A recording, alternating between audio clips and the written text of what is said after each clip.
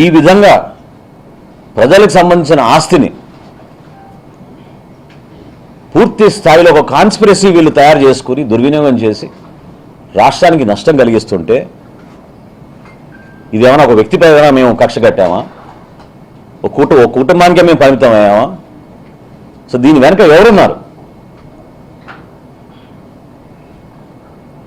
ఎంత పెద్ద కాన్స్పిరసీ జరిగిందంటే జగన్మోహన్ రెడ్డి గారి ప్రభుత్వంలో ఆయనే ముఖ్యమంత్రి, ఆయనకి తెలియకుండా జరగదు కదా.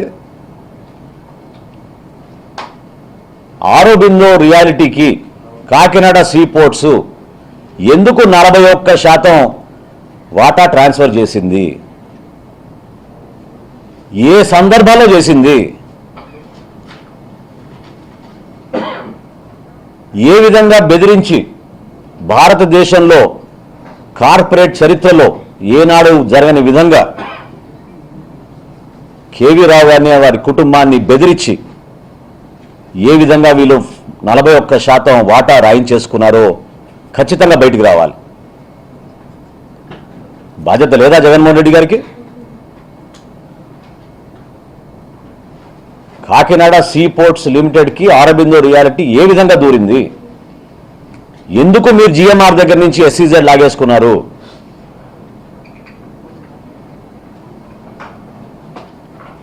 దీనికోసమే మీరు ఆ పోర్టుని పూర్తిగా మీ చేతుల్లోకి లాక్కోవడానికి, ఈ విధంగా దందా చేయడానికి,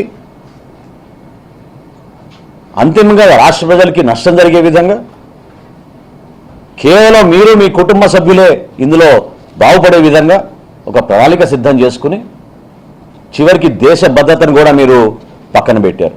పవన్ కళ్యాణ్ గారు అన్న మాటల్లో ఏం తప్పు ఉంది చెప్పండి? గంజాయి స్మగ్లింగ్ అక్కడి నుంచి జరగదని రూల్ ఏమైనా ఉందా? ఇతర దేశాల నుంచి మీరు వెపన్స్ తీసుకురారని రూల్ ఏమైనా ఉందా? ఎందుకు ప్రశ్నిస్తున్నాం అంటే 2200 ఎకరాల కాకినాడ సీ పోర్ట్లో కేవలం 20 మంది పోలీసులు పెడతారా మీరు? ఓన్లీ 20 అంటే షిఫ్ట్కి 6. ఇదే మీరు చేపట్టిన భద్రత ఈ 5 సంవత్సరాల్లో? దీన్ని ప్రశ్నించాం. ఏమైపోతుంది రేపటి రోజున అక్కడ పొరపాటు జరిగితే? ఎందుకు ఉదాసీనత? ఇంత భారీ స్థాయిలో టర్నోవర్ జరుగుతున్నప్పుడు ఇతర దేశాల నుంచి ప్రతిరోజు ఏ సందర్భంలో సరే కనీసం 10 నుంచి 12 వెసల్స్ ఉంటాయి అక్కడ. 2 పోర్ట్లు కలుపుకుంటే 15 నుంచి 16 వెసల్స్ ఉంటాయి. ఎందుకు ఈ విధంగా దుర్మార్గంగా పనిగట్టుకొని కాకినాడకి చెడ్డ పేరు తీసుకొచ్చింది ఎవరు? కాకినాడని ఒక స్మగ్లింగ్ డెన్గా మార్చింది ఎవరు? ఎందుకు మాట్లాడలేదు ఆ రోజున మీరు అందరూ ప్రెస్ మీట్లు పెట్టి? ఎవరు మీ బాసులను ప్రశ్నించినప్పుడు ఇప్పుడు అర్థమవుతుంది మీకు ఎవరు మీ బాసులు. పోర్టు లాక్కుంది ఆరోబిందో. ఆరోబిందోకి అసలైన బాస్ ఎవరు?